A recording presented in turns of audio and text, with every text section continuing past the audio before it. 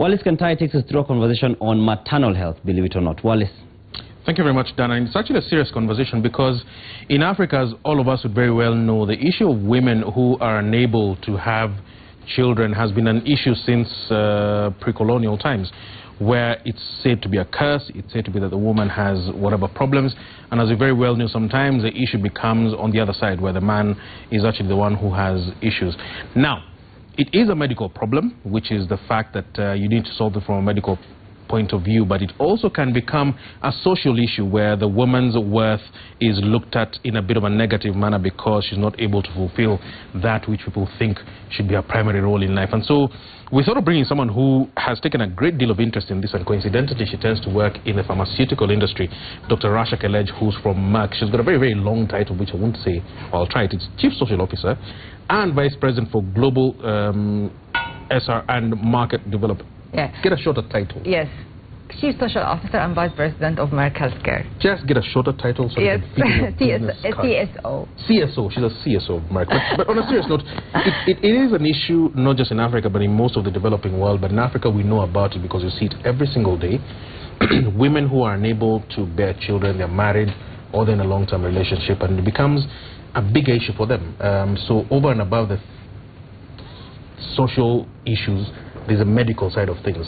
How do you start resolving that? Look, I mean, before we talk about the medical issue, it's not like an only social issue. It is actually a huge discrimination and mistreatment for infertile women. We're talking about women in Africa and rural areas and the villages who has no, access to information or education or economic empowerment. So they have nothing else or no purpose in life except maybe making machines, so have children.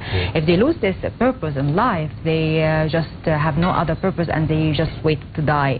Accept all the mistreatment and discrimination, whatever. So to actually talk about this, you have to understand two important numbers. One couple every 4 couples are suffering from infertility in Africa. So it's a really huge incidence. But 85% of these numbers can be prevented. So actually infertility can be prevented by, why? Because it's caused by untreated infectious diseases. So that's why we came and say we can actually make a difference, because we are not going only to raise awareness about this medical issue and it can be treated. It can also be prevented by raising awareness about safe sex and check up for infections and get treated early enough not to go to the extent that you have complication of infertility, which is high number for men and for women. Second issue is only women are blamed to be infertile. I mean, which is 50% of the cause of infertility is due to male factor. Yes. But men does not want to admit it at all, or to join as a team work with their wives to go to the doctor, get tested and get treated. So how can they have a family if he has a possibility of 50% to be the cause? But how do you resolve it? Because I have seen situations where, like you said, it's a culture thing, where the man is unwilling to, first of all, even admit that it could be a problem with him. We even have situations where I was going to say in older times, but it still happens still today, where if the infertility is chronic, and I'm hoping I'm using the right medical terms, but if it's chronic, if it's a long-term thing, there's even these private arrangements where the woman can try and have a child with a close male relative of the man, just so that you can have a baby and get rid of that whole stigma and things like that. It's things that have happened, and that still exists. But how do you get a man to then admit that, you know what, let me also get checked out, let me also look at my whole reproductive system, such that if it is a problem, we can get a solution to that problem? A man like you, who leads, who in the media, and men leaders who speak about this issue and they make it as normal thing, as now, I mean, people, it's okay to have HIV, but it's not okay to be infertile. Yes. I mean, the taboo and this took time as well to break the stigma.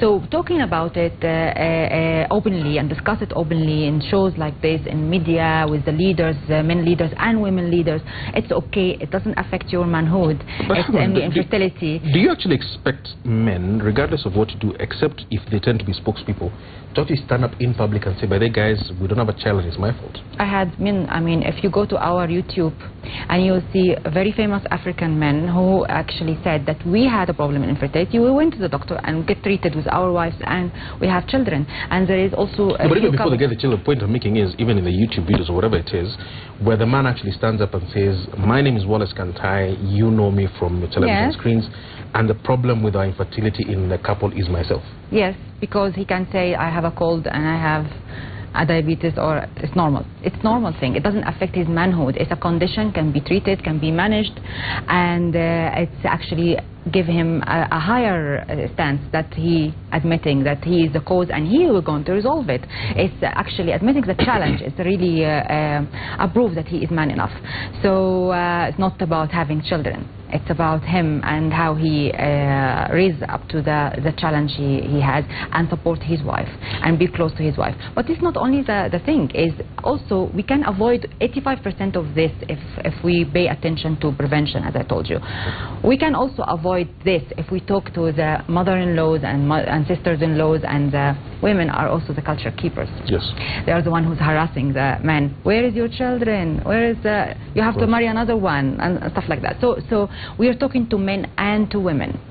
So to make sure that, to break the stigma around it, to make sure that it is not a taboo. Women are a human being, and this is a human right, and whether they're mothers or not, they still can be productive members in society. Let's talk about, because I come from the business end of things, let's talk about cost. What I know about infertility for the longest time has been you try and seek infertility treatments. Yes. And there's very nice ones, in vitro fertilization and also things like that. They tend to be, one, accessibility is a problem. So they're only accessible as medical treatments in very few places. They tend to be extremely expensive, because you don't just go for one round, you might have to go for multiple rounds. There's cultural issues around that with regard to if you go for IVF and get multiple pregnancies happening at the same time, you have to look for viability and decide which of the fetuses stay and which ones go. All that sort of stuff, but revolving primarily around the issue of cost. Yes. It's not accessible to lower income people. Yes, all this can be resolved if two things has to happen. Regulate ART, so all these things doesn't happen, multiple pregnancies, the effective and regulated IVF, the good doctors who only manage IVF, not anyone. So it has to be regulated very much by the Ministry of Health, by the government. So we make sure that the best doctors who specialize, who has a proper training and proper guidance, who is doing the treatment. Second thing is building capacity.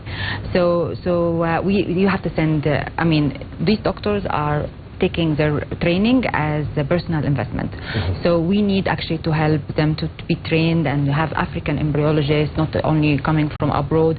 This will reduce the cost dramatically. What makes the cost is high is that we don't have the specific, the specialized and high-skilled technicians who's doing the embryologists and doing the ART available in each country, in sub-Saharan African countries. We are working on that. So we are working to train African doctors to be available in the country, and then it will, the cost of the things will go down. Secondly, it has also to have IVF centers in the hospitals, public hospitals, not only private. So you also have opportunity for people who cannot afford to have a public service and afford lower costs. How do you reconcile trying to increase fertility from the perspective of people who are infertile at present, and like you said, it's treatable, with the whole movement in Africa towards trying to reduce overpopulation? Yes, it is actually, I always ask this question.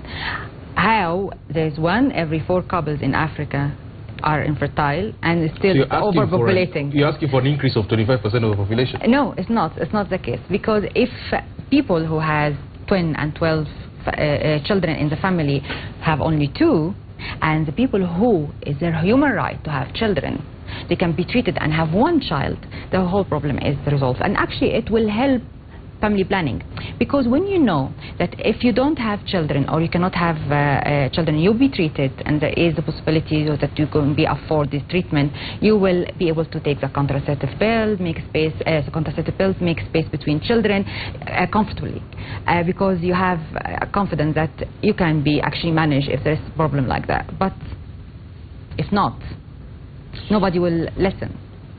How and when do you expect to see traction in what you're doing? I It's a culture thing. So I understand very much. Culture is hundreds of years. Yes. It takes, not takes thousands of years. If you take it in a proper way and consistency and sustainability and have the support of, like we have, for example, the support of the First Lady of Central African Republic. She's championing the things. The First Lady of Nigeria. We have a lot of other First Ladies are on board. Ministers of Health and Ministers of Genders are ambassadors. If you have all these people who is managing policies and who is talking to people and being listened to, influence, you have to look at YouTube and you see, for example, we went with the Minister of Health in Uganda last week and we went to all the villages, maybe 9 villages across Uganda, and we called all the infertile women to come with their community and they share the stories with the community members who is normal say, we never know that we are hurting you or making this things wrong. I like what you're saying. Were the men there? Men is there, and actually one of them. In big numbers. Yes.